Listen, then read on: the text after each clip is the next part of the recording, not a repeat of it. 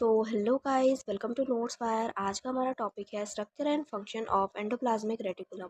Synopsis में है introduction, definition, structure of endoplasmic reticulum, types of endoplasmic reticulum, functions of endoplasmic reticulum, role of endoplasmic reticulum in cellular processes, comparison between rough endoplasmic reticulum and smooth endoplasmic reticulum, conclusion and reference. तो ये रहेगा synopsis. Start करते हैं introduction से। Endoplasmic reticulum एक membrane bound organelle है जो eukaryotic sales में पाया जाता है। यह intracellular transport, protein synthesis, lipid metabolism और डिटॉक्सिफिकेशन जैसी कई महत्वपूर्ण सेलुलर प्रक्रियाओं में भाग लेता है। एंडोप्लाज्मिक रेटिकुलम मुख्य रूप से रफ एंडोप्लाज्मिक रेटिकुलम और स्मूथ एंडोप्लाज्मिक रेटिकुलम में विभाजित होता है, जिसके अलग अलग कार्य होते हैं। ठीक है, तो ये इसका बेसिक इंट्रोडक्शन है। डेफिनेशन देखेंगे। एंडोप्लाज्मिक रेटिकुलम एक नेटवर्क लाइक संरचना है जो साइटोप्लाज्म में फैली रहती है और न्यूक्लियस की आउटर मेम्ब्रेन से जुड़ी होती है। यह प्रोटीन और लिपिड सिंथेसिस में मुख्य भूमिका निभाती है। ठीक है, नेक्स्ट हम देखेंगे structure of endoplasmic reticulum. Endoplasmic reticulum एक झिल्ली से बनी जटिल संरचना होती है जो कोशिका के अंदर एक नेटवर्क की तरफ फैली होती है। यह मुख्य रूप से सिस्टर्नी, ट्यूब्यूल्स और वेसिकल्स के माध्यम से मिलकर बना होता है। ठीक है, इसकी संरचना को निम्नलिखित भागों में विभाजित किया जा सकता है। फर्स्ट है सिस्टर्नी। यह झिल्ली से बनी चपटी थैलीनुमा संरचनाएं होती हैं जो एक दूसरे के ऊपर सजी रहती है। यह मुख्य रूप से रफ एंडोप्लाज्मिक रेटिकुलम में पाई जाती है और प्रोटीन संश्लेषण में मदद करती है। यहाँ पे आपको दिख रहा होगा एक एंडोप्लाज्मिक रेटिकुलम का जो स्ट्रक्चर है, उसमें आपको बहुत सारे स्ट्रक्चर दिखाई देंगे, जैसे सिस्टर्नी, जैसे हमने अभी पढ़ा। ठीक है, आगे भी हम देखेंगे ट्यूब्यूल्स। यह लंबी ट्यूब जैसी संरचनाएं होती है जो कोशिका के विभिन्न भागों को आपस में जोड़ती है। यह मुख्य रूप से स्मूथ एंडोप्लाज्मिक रेटिकुलम में पाई जाती है और लिपिड तथा स्टेरॉयड संश्लेषण में मदद करती है। नेक्स्ट देखेंगे वेसिकल्स। यह झिल्ली से बनी छोटी गोल संरचनाएं होती हैं जो एंडोप्लाज्मिक रेटिकुलम से अलग होकर प्रोटीन और लिपिड को एक स्थान से दूसरे स्थान तक पहुंचाने का कार्य करती है। नेक्स्ट देखेंगे मेम्ब्रेन स्ट्रक्चर। मेम्ब्रेन स्ट्रक्चर, ठीक है। एंडोप्लाज्मिक रेटिकुलम की झिल्ली फास्फोलिपिड बायलेयर से बनी होती है जिसमें विभिन्न प्रकार के प्रोटीन एम्बेडेड होते हैं। यह झिल्ली न्यूक्लियर मेम्ब्रेन से जुड़ी होती है और कोशिका के विभिन्न अंगों के साथ समन्वय स्थापित करती है। नेक्स्ट है ribosome attachment.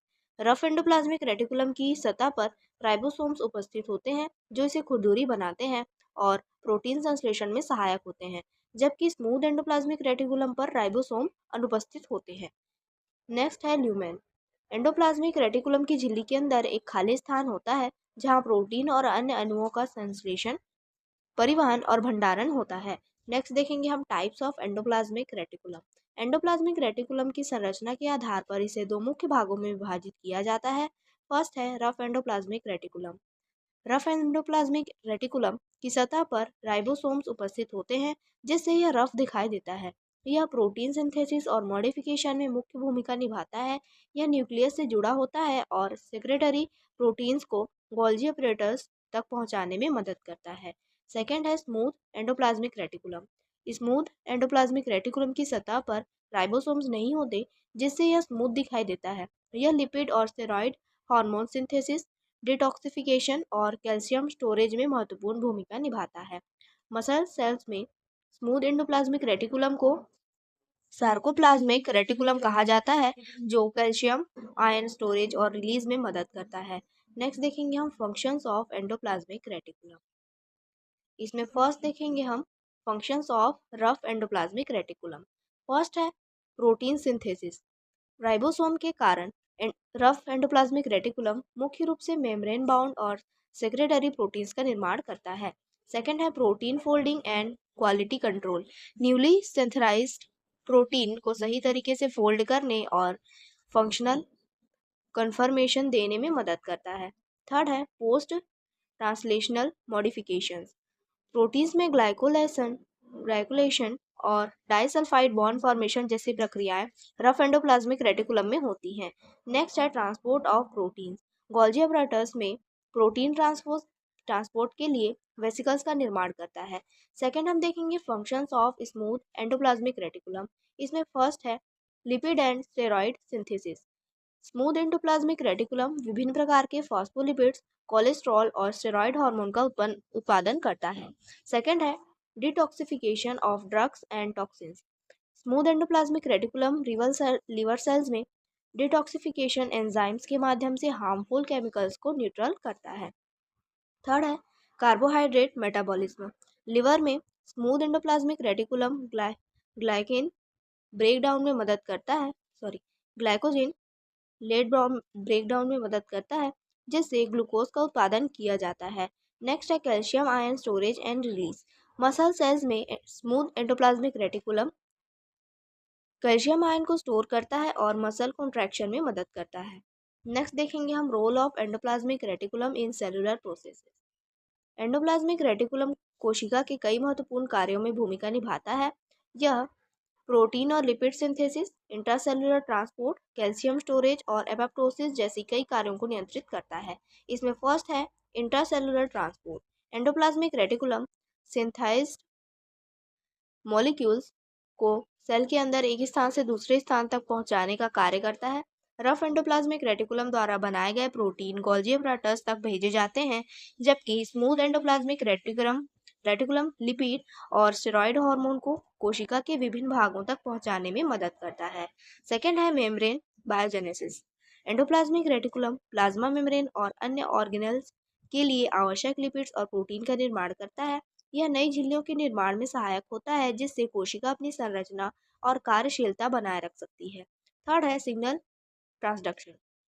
Smooth endoplasmic reticulum intracellular calcium signalling pathways को नियंत्रित करता है। यह कोशिका के भीतर कैल्शियम आयन स्टोरेज और रिलीज को नियंत्रित करता है, जिससे मसल कॉन्ट्रैक्शन, न्यूरोट्रांसमीटर रिलीज और एंजाइम एक्टिवेशन जैसे प्रक्रिया संभव होती है। नेक्स्ट है apoptosis. Endoplasmic reticulum calcium homeostasis को बनाए रखता है और एपोप्टोसिस में महत्वपूर्ण भूमिका निभाता है। यदि कोशिका को नष्ट करने की आवश्यकता होती है, तो एंडोप्लाज्मिक रेटिकुलम से कैल्शियम आयंस का असामान्य रिलीज माइटोकॉन्ड्रिया को संकेत देता है, जिससे एपोप्टोसिस प्रक्रिया शुरू होती है। नेक्स्ट हम देख लेंगे comparison between rough endoplasmic reticulum and smooth endoplasmic reticulum. यहाँ पे फीचर्स दिए गए हैं, इस फीचर्स के बेस पे हम इनका डिफरेंशिएशन देखेंगे।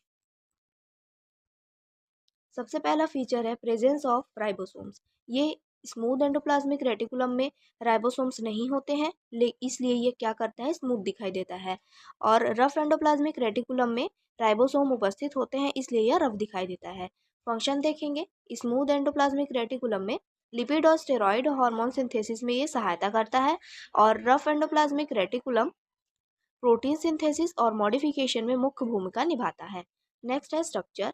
स्मूथ एंडोप्लाज्मिक रेटिकुलम में वेसिकल्स और ट्यूब्यूल से बना होता है ये, और रफ एंडोप्लाज्मिक रेटिकुलम में सिस्टर्नी और कुछ ट्यूब्यूल से मिलकर ये बना होता है। नेक्स्ट है लोकेशन इन सेल। कोशिका के परिधीय भाग में पाया जाता है स्मूथ एंडोप्लाज्मिक रेटिकुलम, और साइटोप्लाज्म के गहरे भाग में स्थित होता है रफ एंडोप्लाज्मिक रेटिकुलम। नेक्स्ट है development. Smooth endoplasmic reticulum rough endoplasmic reticulum से विकसित हो सकता है, जबकि जो रफ एंडोप्लाज्मिक रेटिकुलम है वो न्यूक्लियर एनवेलप से विकसित होता है। ठीक है, तो इस प्रकार से इन दोनों का कंपैरिजन हमने देखा। नेक्स्ट हम देखेंगे कंक्लूजन।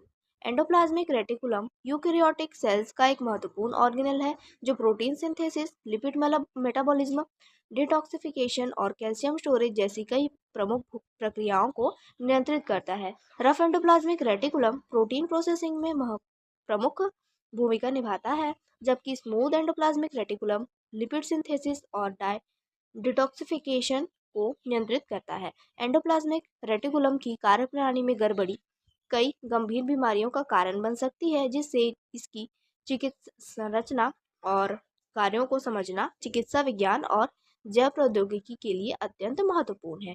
ठीक है, तो ये इसका कंक्लूजन था। गाइस, अगर आपको स्टडी नोट्स की नीड होगी तो आप लोग यहाँ पे दिए गए नंबर पे कांटेक्ट कर लीजिएगा। यहाँ से आपको सारे स्टडी मटेरियल्स और नोट्स प्रोवाइड करा दिए जाएंगे। ओके, नेक्स्ट हम देखेंगे reference. Molecular biology of the cell by Alberts et al and cell biology by Karp and research papers on endoplasmic reticulum stress and protein folding disorders। ठीक है guys, तो ये था आज का टॉपिक। आई होप आपको समझ में आया होगा। समझ में आया है तो प्लीज़ लाइक करिए एंड सब्सक्राइब करिए। Thank you.